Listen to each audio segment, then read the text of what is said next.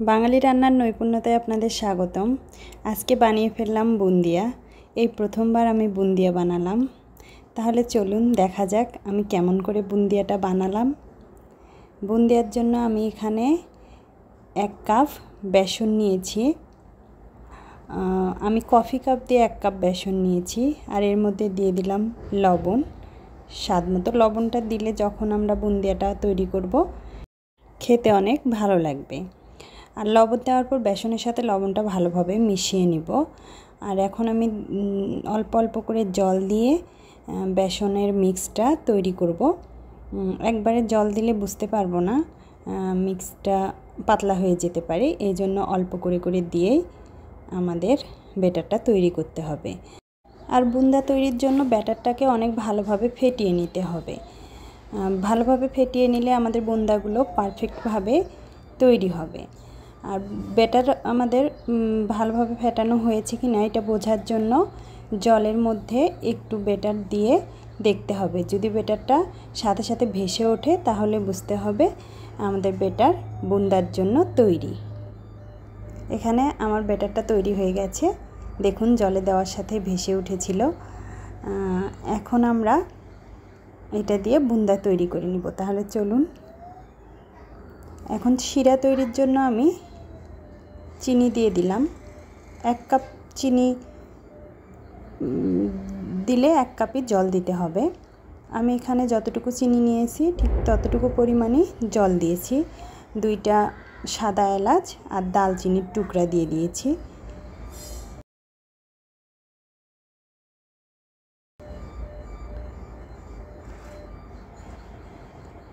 এভাবে বলক ওঠার সাথেই একটু ঘি দিয়ে দিলে বুন্দার স্বাদটা অনেক ভালো হয়। আর বলক উঠলে বেশি দেরি করা যাবে না, সাথে সাথে নামিয়ে নিতে হবে। আমাদের শিরা তৈরি বুন্দার জন্য। এখন আমরা শিরাটাকে নামিয়ে রাখবো। এদিকে শিরাটা ঠান্ডা হতে থাক আর আমি বুন্দাগুলোকে বানিয়ে ফেলি। চুলাতে কড়াই বসিয়ে কড়াই গরম হলেই এর মধ্যে দিয়ে দিতে হবে তেল।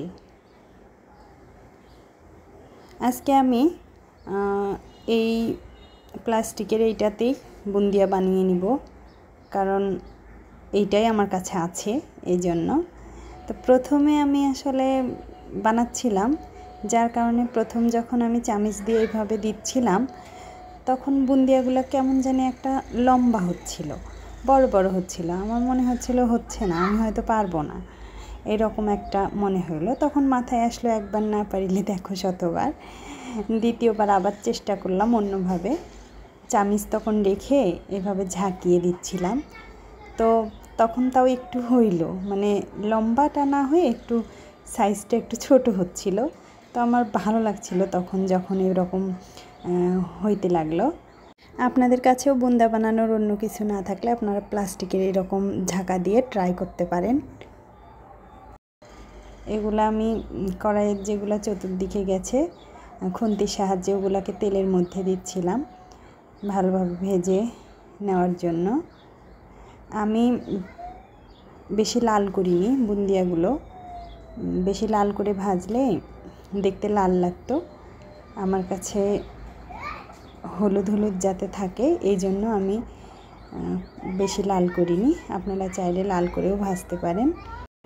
হয়ে গেছে, আমি উঠিয়ে নিচ্ছি বুন্দিয়াগুলো, নিয়ে শিরার ভিতরে ডুবে দিচ্ছিলাম সাথে সাথে। তৃতীয়বার পারফেক্ট হয়েছে দেখুন। আর কড়াইয়ের চতুর্দিকে ছড়ায়নি, শুধু মাঝখানটাই পড়ছিল। তো তখন মনে হচ্ছিল আমি আসলে সাকসেস বুন্দা তৈরিতে, অনেক ভালো পাচ্ছি। দেখুন এই বুন্দিয়াগুলো আমার কত সুন্দর হয়েছে।